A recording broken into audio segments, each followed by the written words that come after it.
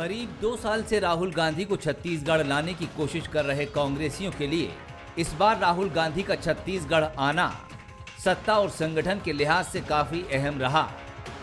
एक तरफ जहां राहुल गांधी के दौरे से कांग्रेस कार्यकर्ताओं में नई ऊर्जा का संचार हुआ, वहीं अब राहुल के दौरे के बाद कांग्रेस और बीजेपी आमने सामने हैं। राहुल के दौरे को लेकर आक्रामक रणनीति के साथ उतरी बीजेपी ने जगह जगह विरोध किया। वहीं विरोधियों को मुख्यमंत्री ने आड़े हाथों लिया। सीएम ने सवाल उठाया कि राहुल गांधी का विरोध किस लिए किया जा रहा है, इसकी वजह विरोधी खुद बताएं। क्या इसलिए कि राजीव मितान क्लब की शुरुआत हो रही है, इसका विरोध है? क्या श्रमिकों के खाते में 6,000 रुपये वार्षिक जाएगा, इस बात का विरोध है? क्या किसानों के धान इस साल 1 करोड़ मीट्रिक टन धान खरीदी करेंगे, उस बात का विरोध है? क्या तेंदुपत्ता संग्राहकों को 4,000 प्रति मानक बोरा मिल रहा है, इस बात का विरोध है? किस बात का विरोध कर रहे हैं? विरोध होना चाहिए, प्रजातंत्र में विरोध की बिल्कुल असहमति के पूरा सम्मान है, लेकिन विरोध का आधार होना चाहिए। केवल आप विरोध के लिए विरोध करेंगे तो ये बात ठीक नहीं है। इधर बीजेपी ने राहुल गांधी के दौरे से प्रदेश को कुछ खास नहीं मिलने की बात कही है। साथ ही प्रदर्शन को जायज ठहराते हुए जनता का आक्रोश बता रही है। विरोध की जब बात आती है तो इतनी विचलन क्यों है? शायद अपने पुराने दिनों को भूल गए हैं कि किस प्रकार से विरोध किया जाता था और आज तकलीफ हो रही है।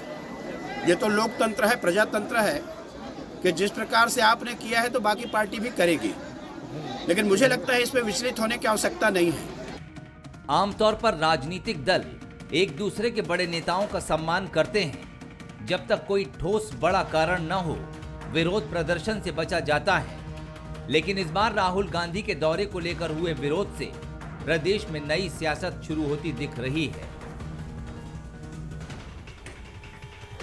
नमस्कार, आज के मुद्दे में आप सभी का स्वागत है। मैं हूं आदित्य नामदेव। हमारे देश के लोकतंत्र की सबसे बड़ी खूबसूरती यही है कि यहां पर हर किसी को अपनी बात रखने का अधिकार है, विरोध दर्ज करने का अधिकार है।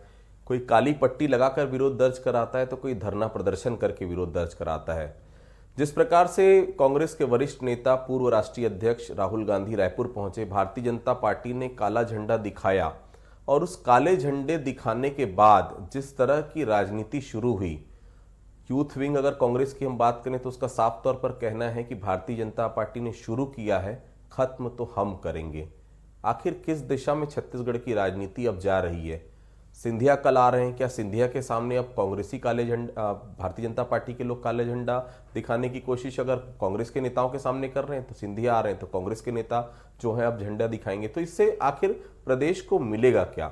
क्या हम मुद्दे को छोड़कर इस प्रकार की व्यक्तिगत पॉलिटिक्स में जा रहे हैं?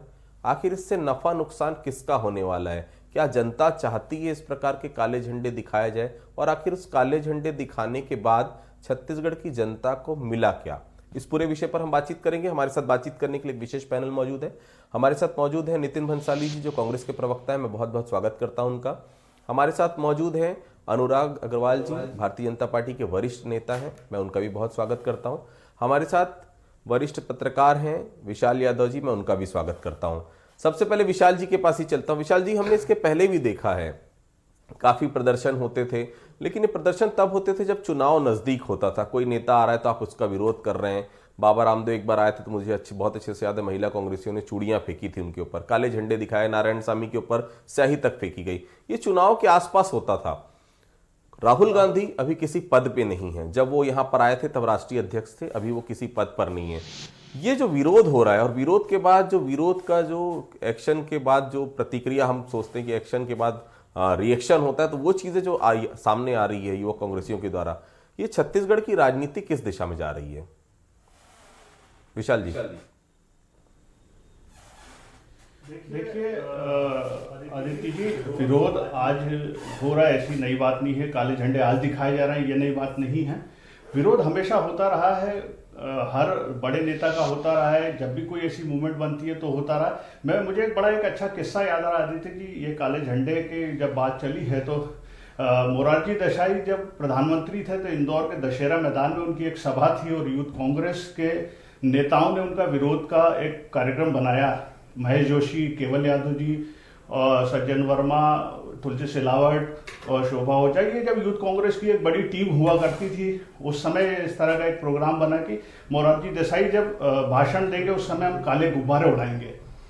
हुआ ऐसा भी, प्लान के मुताबिक काले गुब्बारे उड़ाए जा रहे थे और सामने से मोरारजी देसाई अपना भाषण दे रहे थे, लेकिन मोरारजी देसाई ने उसे विरोध स्वरूप नहीं लिया, बल्कि उस पर उन्होंने अपना कमेंट किया कि जो गुब्बारे उड़ाए जा रहे हैं ये गुब्बारे मेरी राजनीति पे किसी तरह का दाग ना लगे, परेशानी ना हो, मुझे मेरा भविष्य उज्जवल रहे, ये एक काला टीका है मेरे लिए, ये मेरी अच्छी राजनीति के लिए है।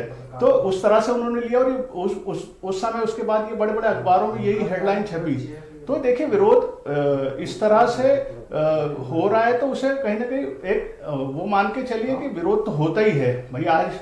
आज बीजेपी के लोगों ने काले झंडे दिखाए में तो मुख्यमंत्री जी ने जिस तरह से बयान दिया कि एक अधिकार है विरोध का अधिकार, बाकी विरोध का सबको अधिकार है और इस तरह से विरोध को वैसा नहीं लेना चाहिए। देखिए स्वच्छ और स्वस्थ राजनीति में हमेशा इस बात का ध्यान रखना चाहिए कि हम कहीं भाई पब्लिक को कुछ गलत मैसेज तो नहीं दे रहे। देखिए अल्टीमेटली सरकारें जब आती हैं तो वो कांग्रेस हो चाहे बीजेपी हो चाहे कोई दूसरा दल हो, सरकारों से बड़ी उम्मीद रहती है जनता को उम्मीद रहती है उनके लिए विकास के काम किए जाए, उनके लिए बेहतर योजनाएं बनाई जाए, उनके लिए जो सुविधाएं वो चाहते हैं वो उपलब्ध कराई जाए। लेकिन इस तरह के विरोध से मुझे नहीं लगता कि कोई बहुत ज्यादा नितिन जी विशाल जी ने बात कही है कि इस विरोध का आखिर अंत कहां होगा।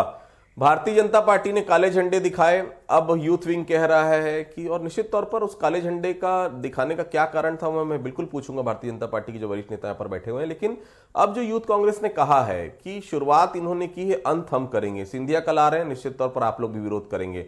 सरकार आपकी है, प्रशासन आपका है, पुलिस आपकी है, विरोध प्रदर्शन होगा, अल्टीमेटली सरकार पर बात आएगी। ये आखिर विरोध कब तक चलते रहेगा और इसका अंत कहां है? नितिन जी, शुरुआत किसने की? आदित्य जी, सीधी सी बात है, शुरुआत किसने की? शुरुआत इन्होंने ही की। इन्होंने ही कहा कि राहुल गांधी छत्तीसगढ़ आएंगे तो हम उन्हें काला झंडा दिखाएंगे, काले गुब्बारे छोड़ेंगे। वजह क्या थी भाई? क्या रीजन था, क्या वजह थी? क्यों आप उनको काले झंडे दिखाओगे, क्यों काले गुब्बारे उड़ाओगे और क्यों विरोध करोगे? माननीय मुख्यमंत्री जी की बाइट में आपके चैनल में सुन रहा था, वो कह रहे थे कि क्या उन्हें राजीव मितान क्लब से समस्या है, क्या उन्हें सेवाग्राम से समस्या है, क्या उन्हें अमर जवान ज्योति से समस्या है, क्या उन्हें भूमिहीन मजदूरों को जो और किसानों को जो राज्य सरकार जिनके खातों में पैसा दे रही है, जिन्हें मदद कर रही है, क्या उससे इन्हें कोई समस्या है? समस्या है तो बोले, समस्या कुछ नहीं है, राहुल गांधी आ रहे हैं तो हम उनका विरोध करेंगे। ये कौन सी बात हुई? विरोध करने की कोई एक मुख्य वजह होनी चाहिए। यहां वजह है नहीं, क्योंकि भारतीय जनता पार्टी इस प्रदेश में पूर्ण रूप से मुद्दाविहीन हो चुकी है और इनके सारे नेता मानसिक रूप से कुंठित और दिवालिया घोषित हो चुके हैं, मानसिक रूप से, पूर्ण रूप से। अब इस परंपरा की शुरुआत भारतीय जनता पार्टी ने की है तो ईंट का जवाब पत्थर से देने के लिए छत्तीसगढ़ प्रदेश यूथ कांग्रेस की हमारी युवा सेना का एक कार्यकर्ता तैयार है ईंट का जवाब पत्थर से देने के लिए। और ये परंपरा इन्होंने शुरू की है तो इसका समापन हम ही करेंगे, क्योंकि मुझे ऐसा लगता है कि सीधी बातें इन्हें समझ में नहीं आती हैं। 15 वर्ष शासन किया है, मानसिक रूप से मैं कई बार कह चुका हूं कि इनके नेता मानसिक रूप से अवसाद में हैं और फ्रस्ट्रेशन में है। तो अवसाद और फ्रस्ट्रेशन में जो इस तरीके की नितिन जी, लेकिन इस प्रकार के विरोध का जो गवाह छत्तीसगढ़ बनेगा तो छत्तीसगढ़ की जनता क्या सोचेगी, ये दोनों ही पॉलिटिकल पार्टीज को सोचना चाहिए। मैं अनुराग जी के पास चलता हूं। अनुराग जी, जब कांग्रेस के राष्ट्रीय अध्यक्ष हुआ करते थे राहुल गांधी, जब आए थे, मुझे बहुत अच्छे से याद है जब मुख्यमंत्री भूपेश बघेल ने शपथ ली थी। अब राहुल गांधी किसी पद में नहीं है, विरोध किस बात का था और क्या ये केवल भारतीय जनता पार्टी के वरिष्ठ नेताओं को खुश करने का विरोध था? क्योंकि जनता इस विरोध में कहीं शामिल नजर नहीं आई। ये जो नई परिपाटी आपने शुरू की है, अभी तो प्रधानमंत्री का दौरा होगा, गृह मंत्री का दौरा होगा, चुनाव नजदीक आ रहा है, कल सिंधिया आ रहे हैं, ये जो एक शुरुआत आपने की है, ऐसा नहीं लगता सरकार उनकी है, आने वाले समय में और दिक्कतों का सामना करना पड़ सकता है भारतीय जनता पार्टी के नेताओं और कार्यकर्ताओं को?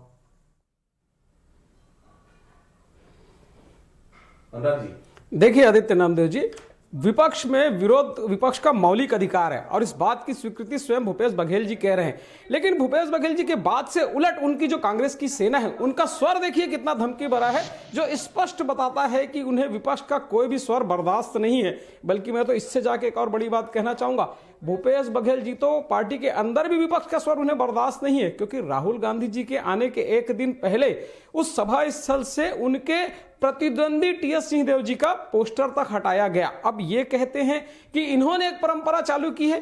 क्या पहली बार ये हम विपक्ष में आए हैं या कांग्रेस पहली बार पक्ष में आई है? विपक्ष का अधिकार या विपक्ष का प्रदर्शन करने का तरीका क्या होता है? पुतला दहन, आंदोलन, काला झंडा दिखाना, और किस तरह से विपक्ष इसका आंदोलन करता है। और याद करिए सितंबर का वो समय जब यहां पे प्रधानमंत्री नरेंद्र मोदी जी आए थे और भूपेश बघेल जी विपक्ष के नेता हुआ करते थे। उस समय भूपेश बघेल जी और पूरी कांग्रेस काले झंडे और काले कपड़े पहन के उसका विरोध की थी। ये तो विपक्ष के मौलिक अधिकार है। लेकिन जो आपका स्वर है, जो धमकी भरा स्वर है, वो मुझे लगता है कि लोकतंत्र की स्वस्थ परंपरा में गलत परंपरा डालने वाला स्वर है। अब अभी भूपेश बघेल जी ने पूछा कि विपक्ष को आखिर किस बात की आपत्ति हो, बताए तो मैं यहां बताना चाहता हूं। जब छत्तीसगढ़ में जन घोषणा पत्र जारी हुआ उस समय राहुल गांधी जी यहां पे थे। उस समय कांग्रेस ने घोषणा की थी कि युवाओं को सामाजिक कार्य से जोड़कर 2500 रुपए प्रतिमाह बेरोजगारी भत्ता दिया जाएगा।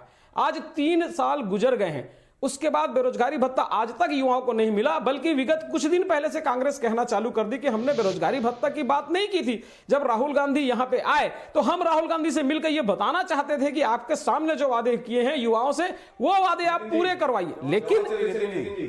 लेकिन उस समय राहुल कांग्रेस करना क्या चालू की? अपराधियों के समान युवा मोर्चा के कार्यकर्ताओं को रातों को घर से उठाकर जेल में डालने लगी। क्या अपराधी हैं ये? क्या इन्हें अपना हक मांगने का अधिकार नहीं है? आप इन्हें बेरोजगारी भत्ता देने के बाद मितान क्लब दे रहे हैं। बेरोजगारी भत्ता का प्रति वर्ष का बजट आएगा 3000 करोड़ का। मितान क्लब में आपने मात्र 20 करोड़ का बजट किया है। मतलब आप वादे तो दिखा देते हैं आसमान में, और दे क्या रहे हैं आप? अब युवाओं को बात कर रहे हैं बेरोजगारी भत्ता देने का, कर क्या रहे हैं? नितिन जी, बातों का विरोध के लिए भारतीय जनता पार्टी सड़कों में आना चाहती है, लेकिन इन्होंने इसे अपराधियों के समान व्यवहार किया। ये बेरोजगारी भत्ते पे बहुत आ रहे हैं आदित्य जी। जरा 2003 का घोषणा पत्र उठा के, इनको घोषणा पत्र नहीं संकल्प पत्र, भाई संकल्प लेते हैं। गौ माता के नाम पर और गंगा जल के नाम पर ये राजनीति करते हैं। कभी गंगा में डुबकी लगाते हैं, कभी कहते हैं मैं गंगा का बेटा हूं, कभी ये बनारस के बेटे हो जाते हैं। क्या कहा था भैया 2003 के घोषणा पत्र में? 500 रुपए बेरोजगारी भत्ता देंगे। क्या दिया? आपके समय का 2018 सितंबर का यदि हम डाटा निकालेंगे तो 22.1% थी बेरोजगारी, जो घटकर अब 2.1% पर आ चुकी है।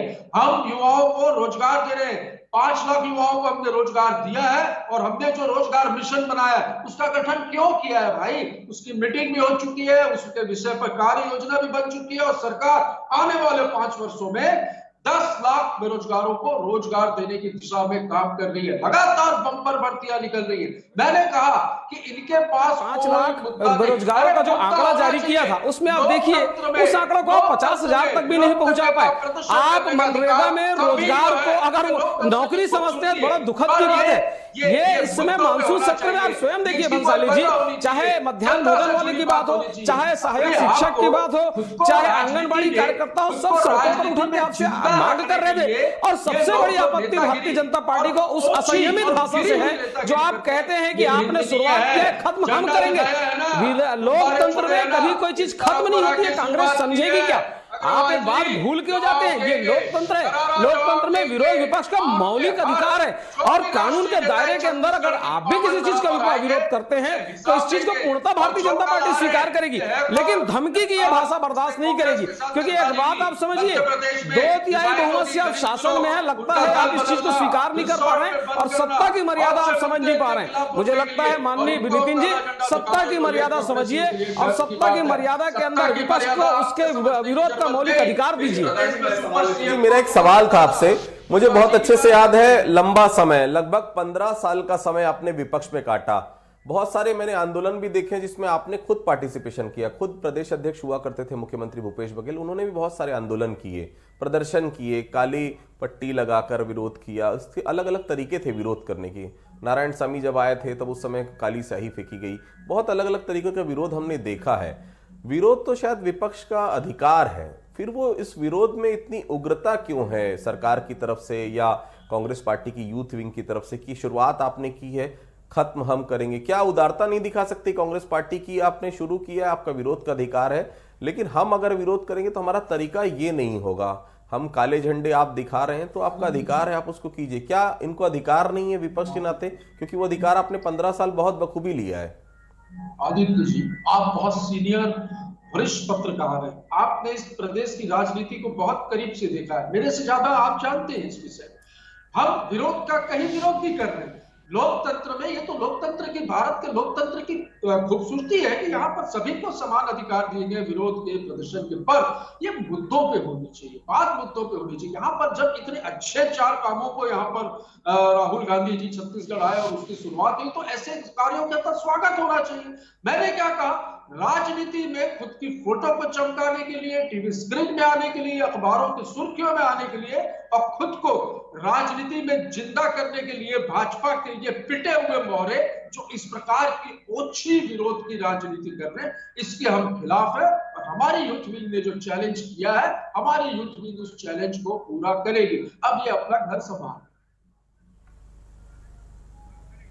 अनुराग जी, मेरा एक सवाल है। नितिन जी, मैं एक सवाल ले लेता हूं। अनुराग जी, मेरा एक सवाल है कि राहुल गांधी यहां पर आ रहे हैं, सेवाग्राम का आधारशिला उन्होंने रखी, अमर जवान ज्योति की आधारशिला उन्होंने रखी, मजदूरों को 6,000 रुपए की बात ही थी, अब 7,000 मुख्यमंत्री ने कर दिया। तो जो जिनके पास जमीन नहीं है उनको 7,000 रुपए साल के मिलेंगे।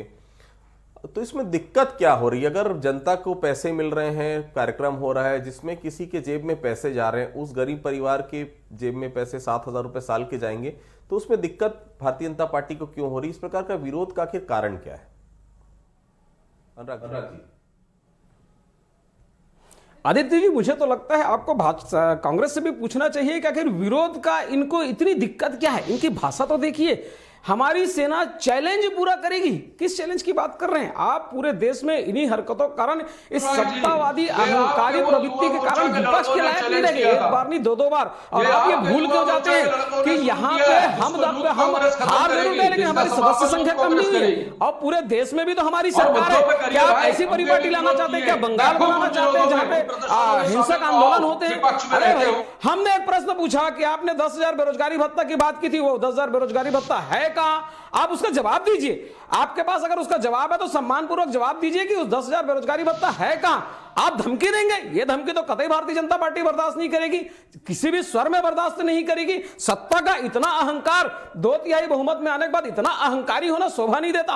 आपको लगता है कि जनता अगर हमारे साथ नहीं है तो जनता को उसका फैसला करने दीजिए, आप फैसला करेंगे। आप कहते हैं हमने प्रारंभ किया, आप अंत करेंगे। क्यों? जब आप विपक्ष में थे तब भूपेश बघेल जी लगातार विरोध करते रहे, कभी भारतीय जनता पार्टी ने इस अहंकारी भाषा का प्रयोग नहीं किया। मुझे लगता है कि सत्ता के नशे से उतरकर आपको विपक्ष के हर विरोध का सम्मान करना चाहिए। विशाल जी, विरोध प्रदर्शन विपक्ष का अधिकार रहा है। बड़े बड़े प्रदर्शन हमने देखे। आज नरेंद्र मोदी अगर केंद्र में है तो भी हमने कांग्रेस पार्टी को लगातार विरोध प्रदर्शन करते देखा है। इस बार इस विरोध प्रदर्शन का जो ढंग है और विरोध प्रदर्शन के बाद की जो राजनीति है, ये ऐसा नहीं लग रहा कि किसी गलत दिशा में छत्तीसगढ़ जा रहा है? अगर यही परिपाटी रही तो अब सरकार है, आपकी यूथ विंग है, कल की डेट में कुछ ऐसी चीजें हो जाती, विरोध प्रदर्शन अगर उग्र हो जाता है तो जिम्मेदारी लॉ एंड ऑर्डर की तो सरकार की है। क्या अप्रिय स्थिति नहीं होगी सरकार के लिए?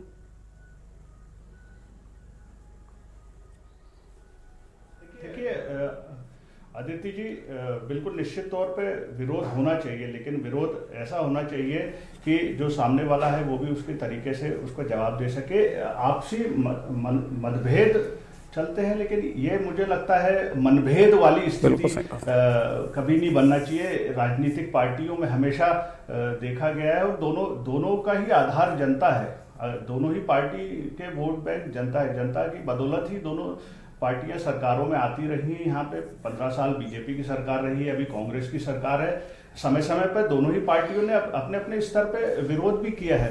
मुझे लगता है कि जहाँ तक इस तरह के विरोध के जो शुरू हुआ है, फिर उसके बाद उसको खत्म करने की बात और ये सब चीजें, मुझे एक स्वस्थ राजनीति से थोड़ा सा बदलाव सा लग रहा है। मैं नितिन जी की बात से, नितिन जी ने जो कहा कि हम ईंट का वो पत्थर का जवाब ईंट से देंगे, और ये इस टाइप के जो उन्होंने बात कही, तो मुझे लगता है कि नितिन जी, हमें विरोध, अगर सामने वाले विरोध कर रहे हैं तो हमें, आज हम सरकार में हैं, आप सरकार में हैं, तो हमें जवाब विकास की ईंट रख के देना चाहिए। विकास की बात जवाब से लेना चाहूंगा मैं यहाँ पर। लगातार जो विरोध प्रदर्शन की बात भारतीय जनता पार्टी कर रही है और विरोध प्रदर्शन के बाद आप उसके बाद प्रदर्शन की आप बात कर रहे हैं, सिंधिया भी आ रहे हैं, ये परिपाटी का अंत कहां देख रहे हैं आप? क्योंकि चुनाव में अभी तो काफी लंबा समय, अगर यही चलता रहा तो छत्तीसगढ़ कहीं दूसरी दिशा में तो नहीं जा रहा है?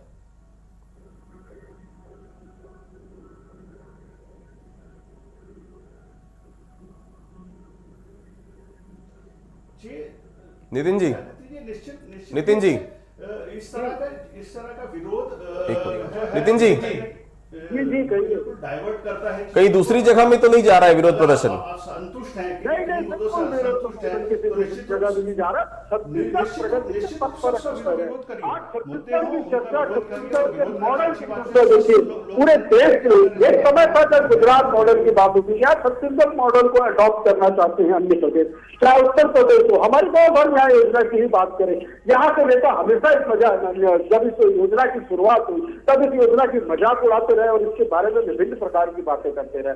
लेकिन जब संसद की स्थायी समिति ने इस योजना की तारीफ की, वहां पर आकर यहाँ पर निरीक्षण किया, देखा, उन्होंने कहा कि ऐसी योजनाएं तो पूरे देश में लागू होनी चाहिए। तो छत्तीसगढ़ मॉडल की चर्चा पूरे देश में है। आज केंद्र सरकार हो, राष्ट्रपति हो, देखिए सारे लोग लगातार छत्तीसगढ़ को पुरस्कार भी दे रहे हैं। छत्तीसगढ़ अनुराग जी, छोटा सा जवाब, कब तक चलेगा ये विरोध प्रदर्शन राष्ट्रपति पर? अनुराग जी देखिए, भारतीय जनता पार्टी जनता की आवाज को लेकर लगातार सरकार के खिलाफ आंदोलन करते रहेगी और इनकी धमकियों से हम डरेंगे नहीं। मैं माननीय नितिन जी की बात का जवाब देना चाहूंगा। जो छत्तीसगढ़ मॉडल की बात किए थे आपने, यही छत्तीसगढ़ मॉडल का ढिंढोरा आसाम में पीटा और वहां ढोल फट गया। आप चैलेंज करिए, मैं तो कहता हूं ना, माननीय भूपेश बघेल जी चैलेंज करें कि मैं छत्तीसगढ़ मॉडल लेकर उत्तर प्रदेश जा रहा हूं, अगर उत्तर प्रदेश में हार जाता हूं तो मैं मानूंगा कि छत्तीसगढ़ मॉडल फेल हो गया है। भारतीय जनता पार्टी अगर इस चैलेंज को आप करते हैं, भारतीय जनता पार्टी इस चैलेंज को स्वीकार करेगी और उत्तर प्रदेश में अगर आप जीत जाते हैं इस चैलेंज के बाद, तो भारतीय जनता पार्टी छत्तीसगढ़ मॉडल को स्वीकार कर लेगी। आप किस छत्तीसगढ़ के मॉडल की बात कर रहे हैं? ये मानने के लिए तैयार नहीं है कि आने वाले समय में छत्तीसगढ़ की राजनीति आखिर किस दिशा में जाएगी। लगता है कि जनता से जुड़े मुद्दे अगर ज्यादा से ज्यादा उठे यहां पर तो शायद जनता की ज्यादा भलाई होगी। पर्सनल अटैक हम करेंगे व्यक्तिगत, अगर एक दूसरे के ऊपर अगर इस प्रकार की चीजें होंगी तो आने वाले समय में छत्तीसगढ़ की राजनीति जो बहुत शांत तरीके से भी हमने देखा, लगातार चुनाव हुए, विपक्ष रही भारतीय जनता पार्टी, अब सत्ता में रही, 15 साल विपक्ष में कांग्रेस रही, इस प्रकार का विरोध प्रदर्शन कभी उग्र नहीं हुआ। लेकिन जिस प्रकार की परिपाटी नजर आ रही है, आने वाले समय में ये प्रदर्शन अगर उग्र हुआ तो आखिर इसकी जिम्मेदारी लेगा कौन? तो आज की चर्चा में आप सभी मेहमान मेरे साथ शामिल हुए, मैं सभी का धन्यवाद करता हूं। फिलहाल आज के मुद्दे में इतना ही, कल किसी अन्य मुद्दे